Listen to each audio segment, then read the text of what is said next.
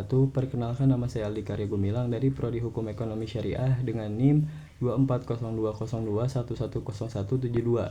Di sini saya akan menjelaskan terkait asas-asas hukum. Asas-asas hukum merupakan prinsip-prinsip dasar yang digunakan dalam sistem hukum untuk memastikan keadilan, kepastian, dan perlindungan hak asasi manusia.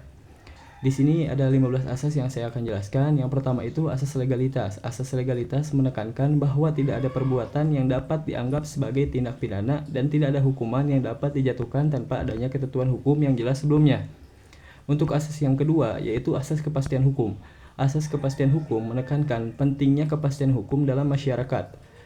Hukum harus jelas, pasti, dan dapat diprediksi agar masyarakat dapat mengetahui apa yang diharapkan dari mereka dan bagaimana mereka harus berperilaku. Yang ketiga yaitu asas keadilan. Asas keadilan menekankan bahwa hukum adil dan tidak berpihak.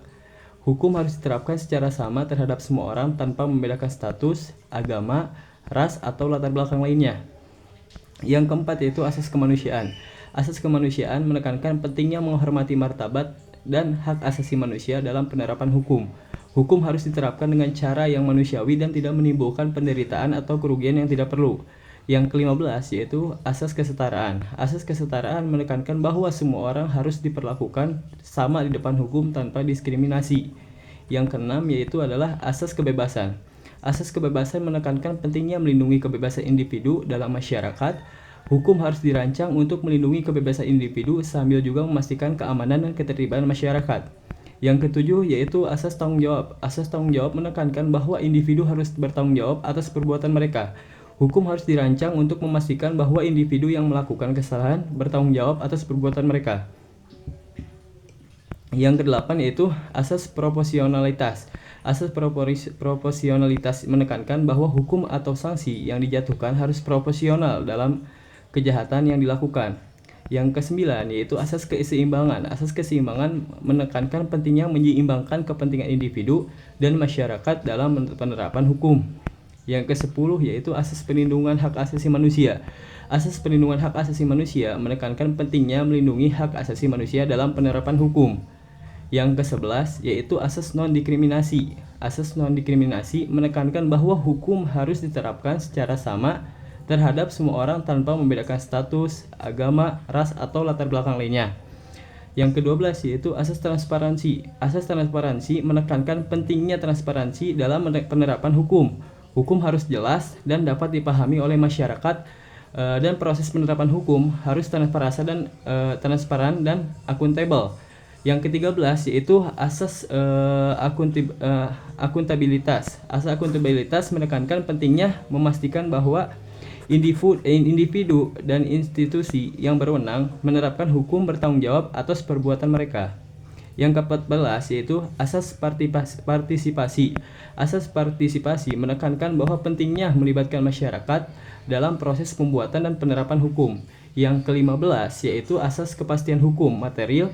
Asas kepastian hukum material menekankan pentingnya memastikan bahwa hukum yang diterapkan adil dan sesuai dengan kebutuhan masyarakat.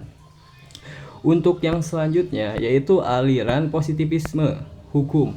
Aliran positivisme hukum itu menekankan bahwa hukum adalah produk dari kekuasaan negara yang dan harus dipisahkan dari nilai-nilai moral atau agama.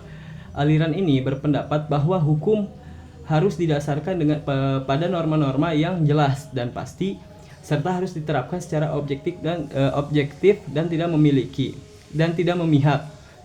Dalam positivisme hukum dianggap sebagai sistem norma yang sistematis dan koheren yang dibuat oleh negara untuk mengatur masyarakat. Aliran ini juga menekankan pentingnya kepastian hukum dan perlindungan hak asasi manusia. Untuk yang selanjutnya yaitu kaidah sosial. Kaidah sosial merupakan norma-norma yang mengatur perilaku manusia dalam masyarakat. Kaidah sosial dapat merupakan kaidah hukum, susila, moral, atau kesopanan norma kesopanan.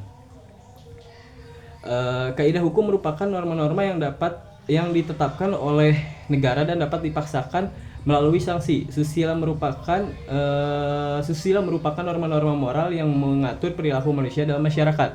Sedangkan kesopanan merupakan norma-norma yang mengatur perilaku manusia dalam berinteraksi dengan orang lain.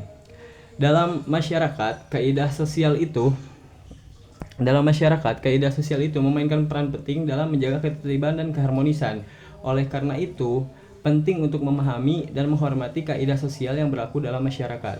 Sekian dari saya untuk melaksanakan tugas pengantar ilmu hukum. Sekian dari saya, terima kasih.